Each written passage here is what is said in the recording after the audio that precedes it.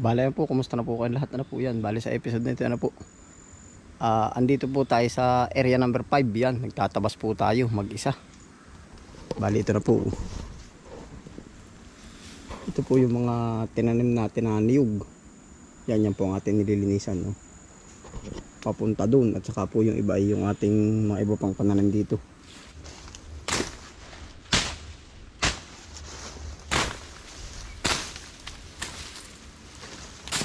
Bale ito po ay saging damo. Piking.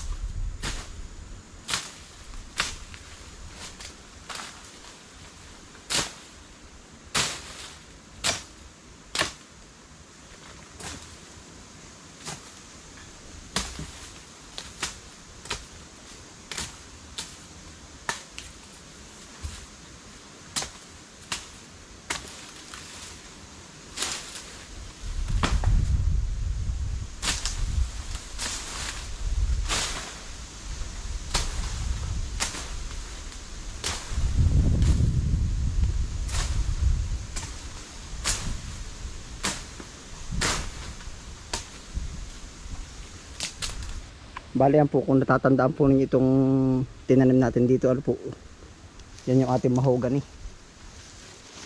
tree, ating lapol dilinisan.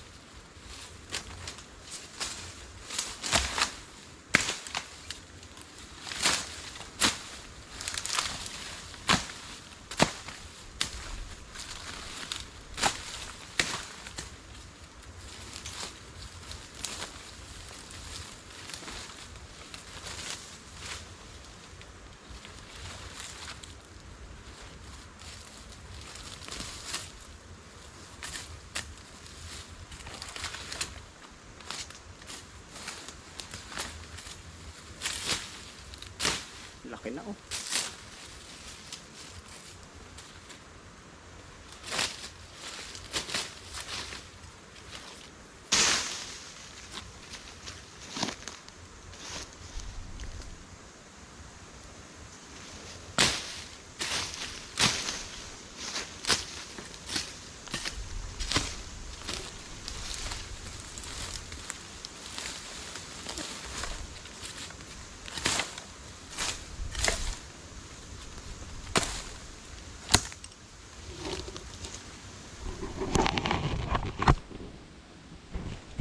Parang 1 year old na po ito. Ganito nakataas. Ating mahogany. Oh. 1, 2, 3, 4, 5. Yan, 5 kapuno. Yan po yung pinagtabi-tabi lang natin. Oh.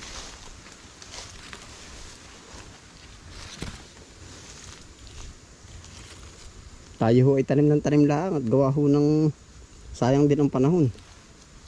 Katulad ho nito, hindi po naman ito binabantayan. Oh. Yan, doon pa po tayo sa kabilang side.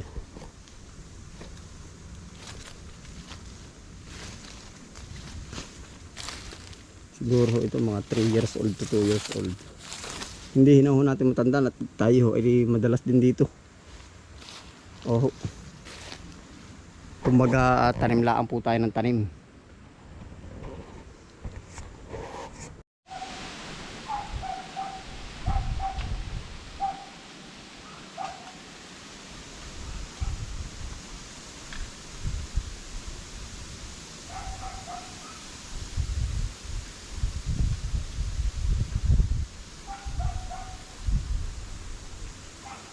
Yan, ito po yung ibang natabasan natin. No?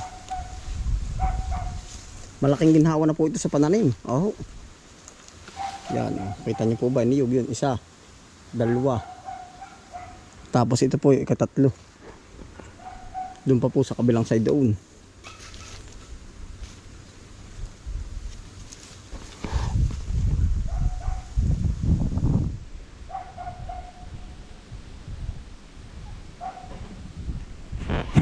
Lakas ng hangin.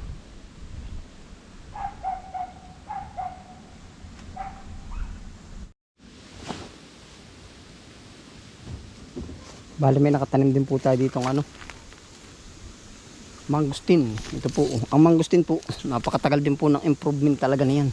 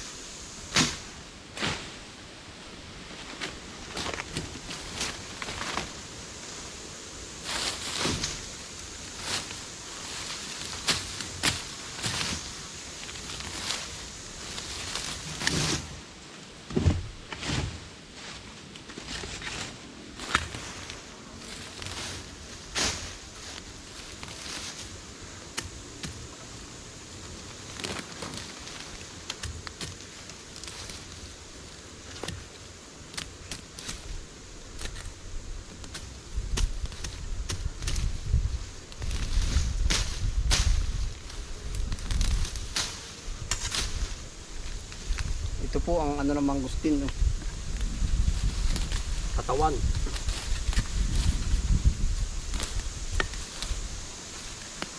Yun po mga tinanim natin sa area number 3. Lahat po tayo nagsimula sa ganito. Oh, 15 years. O 10 years. Higit pa. Yan, ganito po magiging resulta nun.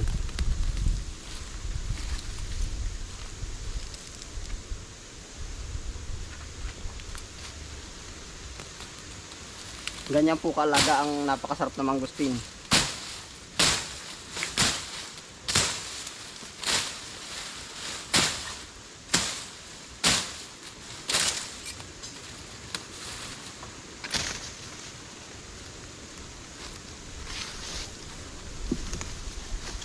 Panalo. Doon pa po tayo sa iba.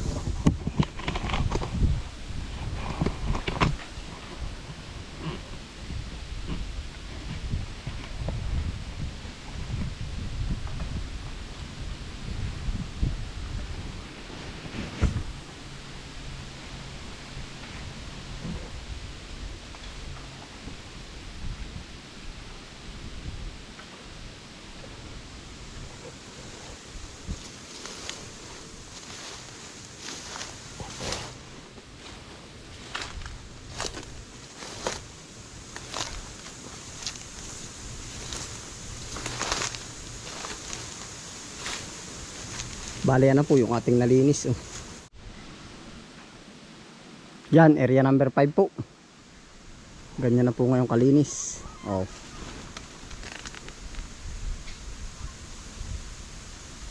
Bale ring side na rin po. Linisin pa po yan. Puro yan kawayanan. Oh. Yung pong kabilang mga looban dyan, linis na po yan. Basta po, paparyan lang tayo. Ano? Siguro sa mga next punta ulit natin dyan. No? Ganyang kalawak pa ang ating mga tatrabaho. Puro saging po. Kung nakita nyo po yung kulay green na yan. Oh. Bagong tanim pong niyog yan. Yan po na may bangin. Coco farm. Tapos ay palayan ang taas po niyan. Ito po kabila, palayan din. Oh.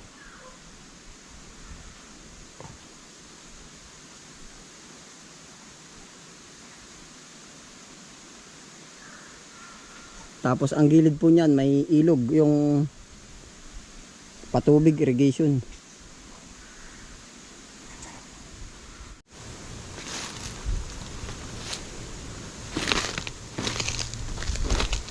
Sukal.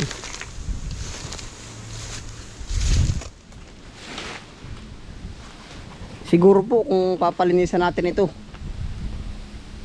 aabot ng 15 katao o 20 katao pa po ang dapat mag-labor.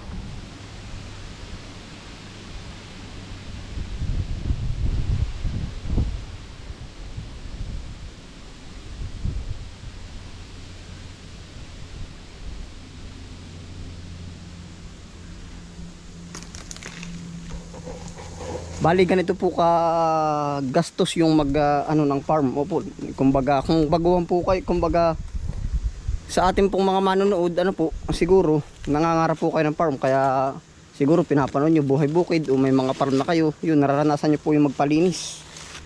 Aho. Yan, ito po yung ating mga nilinis.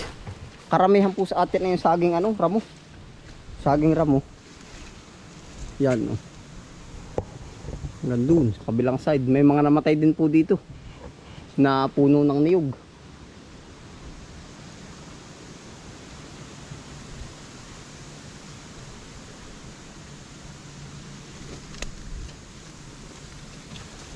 Yan yung pong iba na may medyo malalaki na rin po.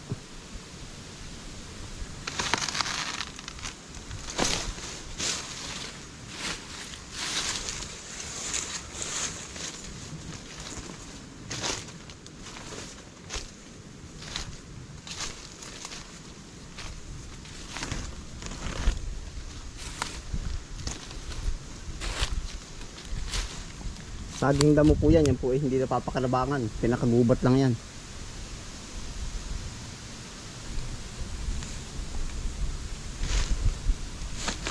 Doon pa po tayo sa kabilang side.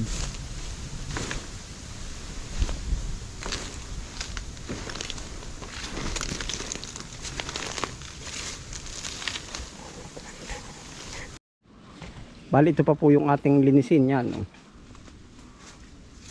Ito yung tanim nating gabi. Laki na oh. Siguro may glalaman na ito. Haba na ng kanyang sakwa. Yun, hanggang dito na po. Sakwa. Nababalot na po ng saging damo.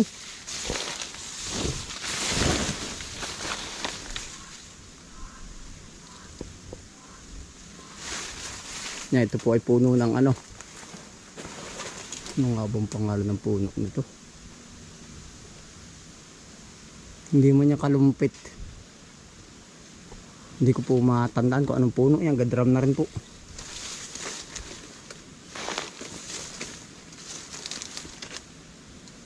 Yan pong para napapansin yung ano yan, yung pipuno ng niyog. Atin po lilinisan yan.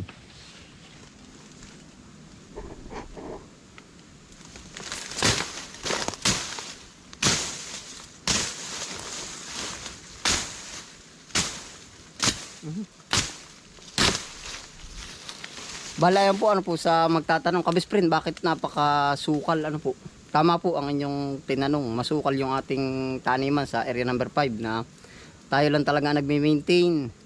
Tapos kung makaluwag lang tayo sa pera ay atin pong iniuupa. Ay ngayon po naman Kumbaga, kung gusto nating mas malinis, kailangan natin siguro every 3 months mag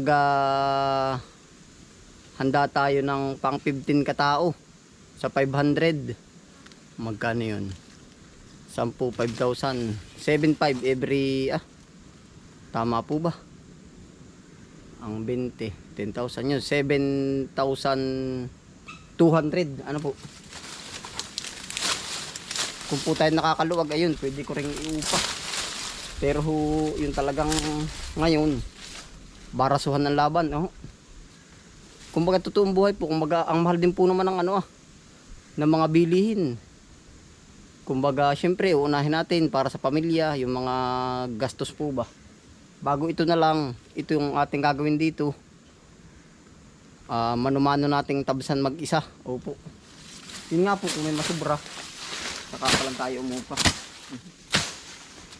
Sa 15 katao po, yun po ay ano lang, siguro kalahating ektarya lang po yung yung makover nung malinis natin. Kumpurme po sa damo na sisibol. Opo.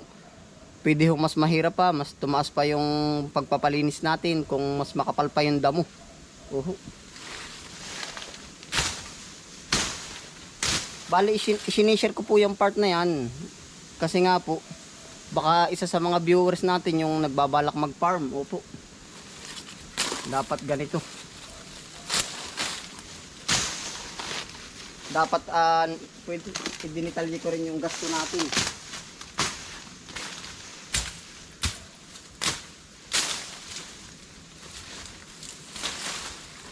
Laki na nito eh.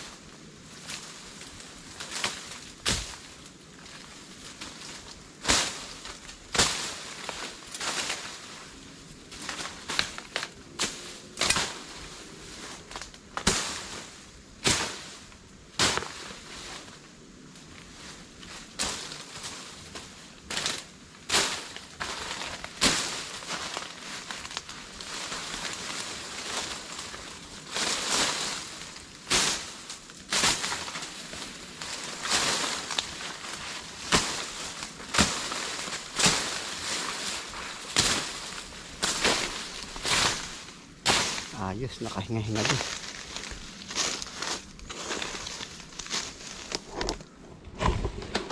Nakakahinga-hinga din ang ating niyog. Yan, katulad po nito. Napakalalaki ng saging. Yan po yung saging damo. Atin pong lilinisan yan.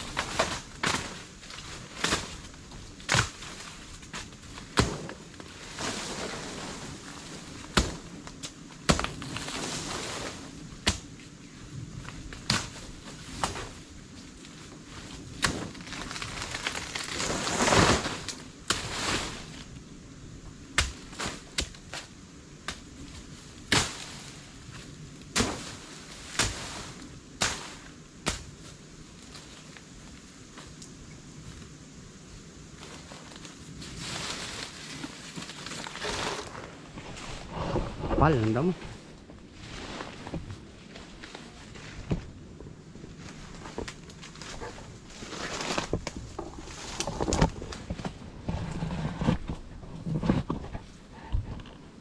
Yan, kung napapasipon nyo dito, na masukal na yan, may niyog po diyan.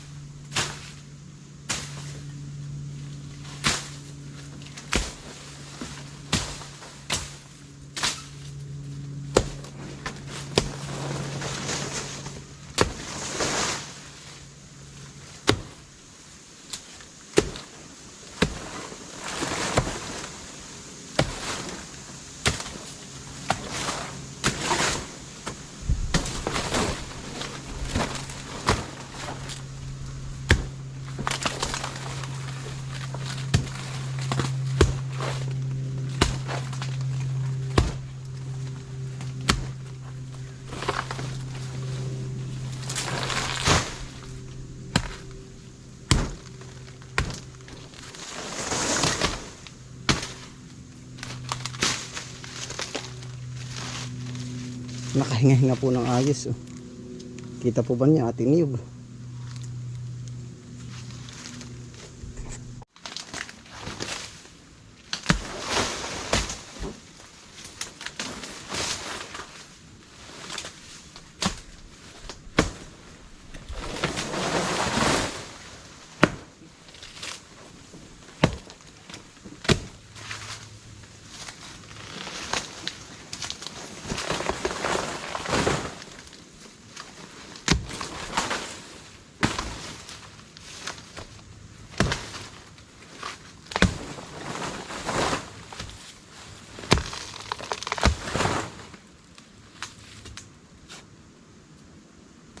Bala yan po. Salamat po sa inyong pagsamaan po. Siguro balikan ulit po natin ito. Ayan, bali dito na rin po tayo magtatapos ng vlog na to. Kung di pa po subscribe sa akin channel, pa-subscribe na lang, paklik na lang po notification bell para maging updated po kasi susunod ko pang videos. Hanggang dito na lang. Ingat po palagi. Happy lang. Bye.